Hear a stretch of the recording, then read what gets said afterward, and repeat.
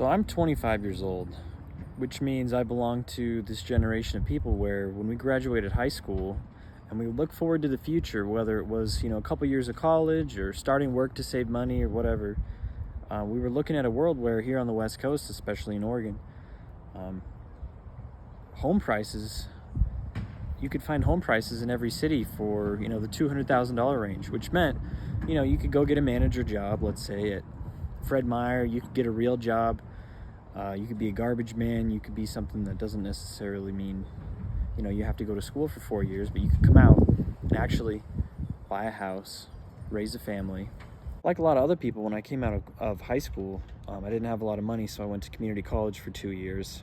And when that ended, I started at university, but, my first semester was like over $5,000 out of pocket. So I quit doing that and I started working, with the idea that I wanted to save money. This is probably about 2019 and into 2020 were my first years working, and I got married that year, and we started paying rent, which obviously was a lot, but we had this goal, like a 2-year plan to buy a house so we don't have to keep paying our landlord everything we make, basically. My wife and I, we both kept working, we both kept earning our wages. We didn't work in fields where we would have taken the pandemic unemployment money or whatever.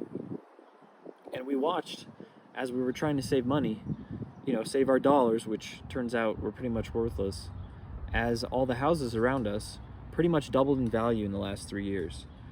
And it's pretty much defeated all the hopes and dreams we have, home ownership. And so we're stuck in this situation where we're just waiting for the next rent increase, which the last one was about 15%. And I don't know about you guys, but I don't exactly get a 15% raise every year.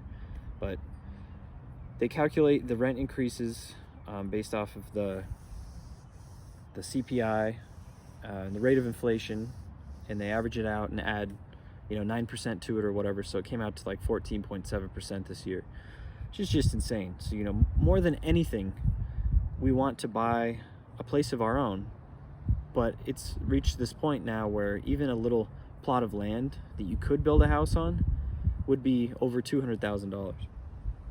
The cheapest houses in town, and I live in Oregon, and this pretty much applies anywhere in Oregon. There's not really anywhere I can think of besides like Sweet Home, Albany or something, maybe a couple of smaller coastal towns that no one wants to live at, where there's literally nothing for less than $400,000. And that, in combination with the interest rates now, you have to make well over $100,000 a year to qualify to buy one of these homes. So instead, they'll just keep raising my rent every year, and I'll be forced to pay, let's say $2,500, $2,700 a month for the smallest 2-bedroom apartment I can find. But when I go to the bank and try and get a loan there, they tell me, oh, you can only afford to pay $1,500, $1,700. I'm just stuck in this perpetual renting loop that there really is no end.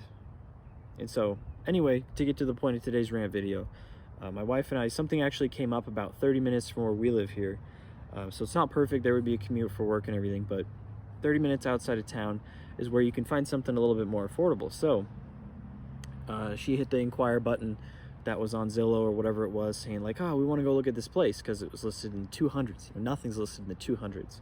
But still, with today's interest rates, we'd be paying, probably about $2,000 a month, but it would be comparable to what our rent is. So, hey, great investment. So she reaches out, and of course, within the first day, it already has like 100 something saves, tens of thousands of views on Zillow, because people put in their keyword or their search parameters, stick build home anywhere in the state of Oregon for less than 300,000. You only get so many results. So people, thousands of people have already seen it. Anyway, she gets a realtor to contact us. She says, okay, we can try and get off work early on Friday. We'll go take a look at it, because this place, it's only 650 square feet. And we're a family of 3, but we'd make it work. We'd live beneath our means just so we don't have to rent anymore, just so we don't have to give up our whole paychecks to our landlords. And you know what this realtor says? Realtor says they're only showing it to people who make an offer. There's already 3 offers on the home. So if we want to see it, we have to make a larger offer than the listing price.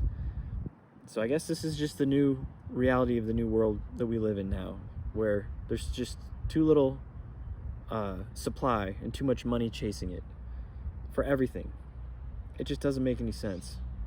But that's what's going to continue happening as the dollar becomes increasingly worthless. Yet most of the people in my community are working and making $50,000 or less, and they build thousands of homes in my state, all of which have a starting price of over $500,000. You can comment whatever you like on this video. I'm just sharing my perspective. This is my rant. My parents grew up in a generation where my dad was able to support our family on his salary as a garbage man, which pretty much nowadays wouldn't buy you the cheapest house in town. I'm pretty sure it wouldn't. Those guys, they might be making 60, 70,000 now, but that's not going to be enough to, buy and own a home.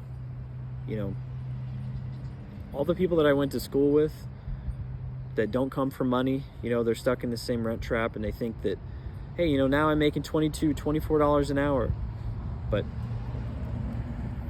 I just saw the sign at Walmart here. They're hiring for 24. McDonald's is 22, and I just saw on Facebook landscape labor, they're hiring $30 an hour. So yeah, you might think you're making more money, but you're not gonna be able to buy anything with it. I work hard every day, and I try not to be negative, but I just feel like, after a whole year of higher interest rates, that we should have seen some reduction in demand, but I really don't foresee any reduction in demand for the affordable level housing, because as the way it pencils out, if it's cheap enough, then it will be bought by investors, and if it fits into their equation, to pay out on a monthly basis or a nightly basis or whatever it is, then it's going to go to them before it will ever be able to go to me or someone like me. But feel free to share your opinions in the comments. I've seen the neighborhood I grew up in turn into something unrecognizable, with an Airbnb at almost every other house, nightly rates of $250 to $400. It's nothing that real people that have real jobs in the community can keep up with. So I'm talking about teachers and postal workers, the Amazon delivery drivers. Like, what are we supposed to do? Are we supposed to just live in our little box and wait for our next rent increase?